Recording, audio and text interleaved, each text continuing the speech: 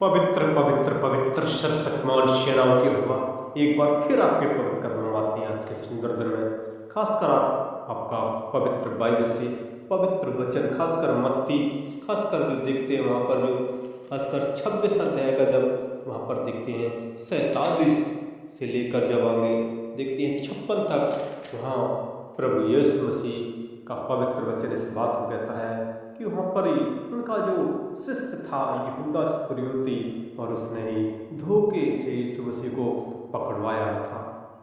क्योंकि यहाँ परमेश्वर का पवित्र वचन कहता है कि यहूदा जो उनके यीशु मसीह के 12 चेलों में से एक था, और वो आया और वो उनके साथ उनके प्रधान याजक, लोगों के पुरनियों और बड़ी भीड़ तलवारें और लाठियां लिए हुए आई, और पकड़वाने वाले ने उन्हें संकेत दिया था कि जिसको मैं चुन लूँ वही है, और उसे पकड़ लेना।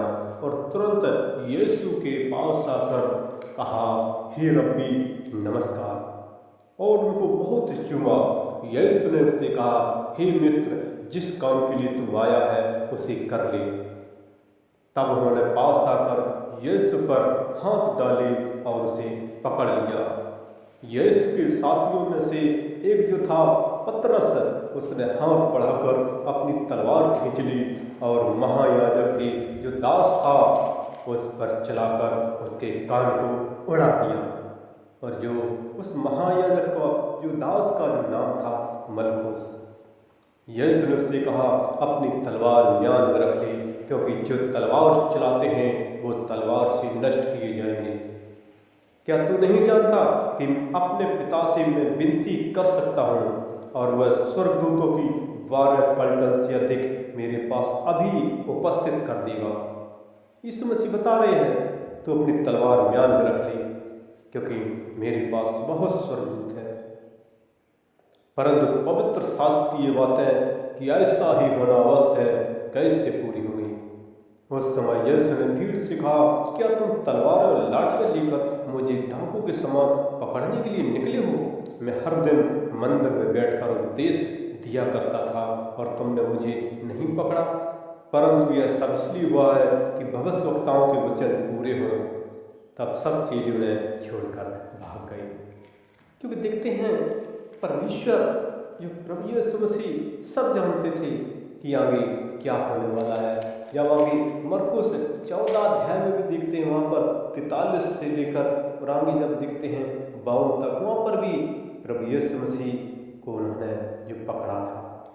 और आगे जब लूका में भी देखते हैं, वहाँ पर भी प्रभु यीशु मसीह को उन्होंने जो पकड़ा था, क्योंकि वो यीशु मसीह से क्या वो नफरत करते थे जो वहाँ के लोग थे। जो देखते हैं लूका 22 के 47 से लेकर जब आगे देखते हैं वहाँ पर 53 तक, क्योंकि जो यहूदा था वही उस भीड़ के आगे आगे आ रहा था, और उसने ही प्रभु यीशु मसीह को चूम कर उनको पकड़वाया था। तब यीशु मसीह कह रहे थे उन सभी लोगों से जो वो लाठियाँ तलवारें लिए थे, और वो कह रहे थे, कहते तुम्हारी घड़ी है और अंधकार का अधिकार है। क्योंकि अंधकार का मतलब है वो शैतान का अधिकार, क्योंकि वही उसके अंदर यहूदा के अंदर समा गया था, उसने ही पकड़वाया था। और जब आगे यूहन्ना की पत्री में भी देखते हैं, वहाँ 18 अध्याय में शुरू से लेकर वहाँ पर भी जो प्रभु यीशु मसीह थे, जो वहाँ पर अपने चेलों के साथ किद्रोन नाली के पार, और वहाँ पर एक बारी थी, एक वहाँ पर बगीचा था, और वहाँ पर प्रभु और उसके चेले रहते थे। लेकिन यहूदा उस जगह को जानता था, और यहूदा उनको उनके पास ले गया, और वहाँ यीशु मसीह खुद वहाँ कह रहे थे कि आप किसे ढूंढ रहे हो? यीशु उनको उत्तर दिया, मैं यीशु नासरी हूँ। यीशु ने उनसे कहा था, मैं हूँ। तब पकड़वाने वाले यहूदा भी उनके साथ खड़ा था। उसके यह कहते ही मैं हूँ पीछे हटकर भूमि पर गिर पड़े। वो वहाँ पर जो और भी जो पकड़ने वाले थे वो सब गिर पड़े थे। तब उसने फिर उनसे पूछा, तुम किसको ढूंढते हो? वो बोले, यीशु नासरी को। यीशु ने उत्तर दिया, मैं तुमसे कह चुका हूँ कि मैं ही हूँ। यदि मुझे ढूंढते हो तो इन्हें जाने दो, क्योंकि और चेले थे और कहा था उनको जाने दो। लेकिन जो पतरस था उसने तलवार निकाल कर उसके जो दाहिने जो कान को उड़ा दिया था उस मलखुस के। लेकिन यीशु मसीह ने उसके कान को उसी समय उसको जोड़ दिया था, क्योंकि यीशु मसीह वो सामर्थी परमेश्वर है। उन्होंने उसके कान को, जैसे लूका 22:11 में देखते हैं, यीशु ने उसके कान छूकर उसे अच्छा कर दिया था, क्योंकि मेरे परमेश्वर के पास वो शक्ति थी, सामर्थ थी। उसको कौन पकड़ सकता था? वो तो स्वयं परमेश्वर थे। लेकिन हम सबके इतने गुनाह थे कि उन्होंने अपने आप को उस क्रूस पर कुर्बान किया था। लेकिन वो आज भी जीवित है, क्योंकि वो तीसरे दिन मृतों में से जी उठे थे। इसलिए हमें प्रभु की महिमा करना है, उनकी आराधना करना है, उनसे प्रार्थना करना है, क्योंकि वो प्रार्थना को सुनकर हाँ और आमीन में उत्तर देते हैं, क्योंकि वो राजाओं के राजा है, वो प्रभुओं के प्रभु हैं, वो आदि अंत अल्फा ओमेगा है। इसलिए हमें प्रभु की महिमा करना है, उनकी आराधना करना है, उनकी प्रार्थना करना है। उन्होंने कहा है जागते रहो, प्रार्थना करते रहो, क्योंकि समय बहुत कम है, इस पृथ्वी पर जिंदगी बहुत कम है और एक दिन इस जिंदगी को छोड़कर परमेश्वर के पास जाना पड़ेगा। इसलिए हमें ध्यान देना है कि हम कहाँ पहुँचेंगे, क्योंकि प्रभु यीशु मसीह वही एक मार्ग है, वही एक सत्य है, वही अनंत जीवन देने वाला है। क्योंकि पृथ्वी स्वर्ग में सिर्फ यीशु का नाम ऊंचा नाम है, जीवित नाम है, सर्वशक्तिमान है। इस पृथ्वी पर तो पल भर की जिंदगी है, कभी 10 साल, कभी 1 साल, कभी 20 साल, कभी 50 साल, कभी 80, 120 से ज़्यादा नहीं है। लेकिन जो वहाँ अरबों खरबों की जो आत्मा का, जो अनंत आत्मा का जो जीवन है, जो अनंत जीवन है, वहाँ पर जो असंख्य, इसकी कोई गिनती नहीं, वहाँ जीवन है, क्योंकि आत्मा अजर हमारा है।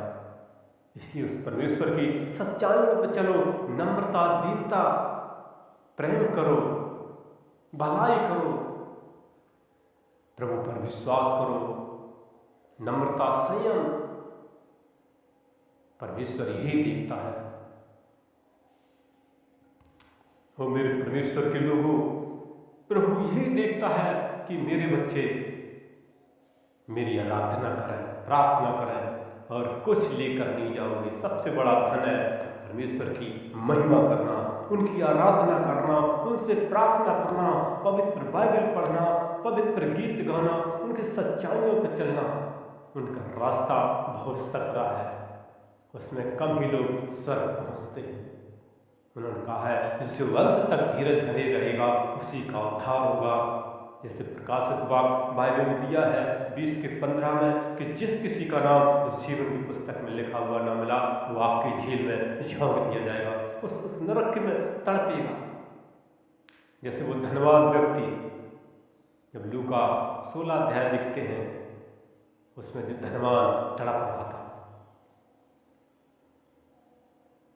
पहला यूहन्ना 5:12 में भी है कि जिसके पास पुत्र है, यीशु मसीह है, उसके पास जीवन है, और जिसके पास परमेश्वर का पुत्र यीशु मसीह नहीं है, उसके पास जीवन भी नहीं है। ये दिखाओ कि जीवन है इस पृथ्वी पर, लेकिन वो अनंत जीवन, जो स्वर्ग का जीवन, वो यीशु के पास है, क्योंकि यीशु ने मृत्यु पर विजय हासिल की, और संसार में ऐसा कोई नहीं जिसने मृत्यु पर विजय हासिल की है, क्योंकि वो तीसरे दिन मृत्यु में से जी उठा था। आज भी वो स्वर्ग से देखता रहता है कि कब बच्चे मेरे प्रार्थना करते हैं, सुनकर हाँ और आमीन उत्तर देते हैं। इसलिए हम चलते हैं, प्रार्थना करते हैं उन भाई बहन बच्चों के लिए, छोटे से लेकर बड़े तक, जो इस मैसेज को सुन रहे हैं, भारत या अदर विश्व में कहीं पर भी हैं, अदर कंट्री या इंडिया कहीं पर भी हैं। प्यारे खुदा उनके जीवन को हम आशीष में होना मांग लेते हैं, उनके जीवन को ब्लेस में होना मांग लेते हैं, उनका भविष्य उज्ज्वल हो। यीशु मसीह आपने कहा है मैं भविष्य को उज्ज्वल करने वाला हूँ। यदि कोई समस्या है, कोई बीमारी, दुख, तकलीफ है, यीशु नासरी के नाम से आउट करते हैं। उनके शरीर को भला चंगा करना यीशु मसीह हम आपके हाथ देते हैं। वो राजाओं के राजा, वो प्रभुओं के प्रभु, वो आदि अंत अल्फा ओमेगा, वो आपकी महिमा करें। एक गवाही बने, यीशु मसीह ने मुझे सलामत किया है, मेरी सहायता की है, मेरी हेल्प किया है, मेरे लाइफ को बनाया है, क्योंकि वो बनाने वाला परमेश्वर है। उसने इंसान को बनाया है, इसलिए वो इंसान से मोहब्बत करता है। इसलिए हमें प्रभु की आराधना, प्रार्थना, जय जयकार करनी है। ओ लॉर्ड ऑफ जीसस, वो राजाओं के राजा, वो king of the kings, lord of the lords, glory, hallelujah.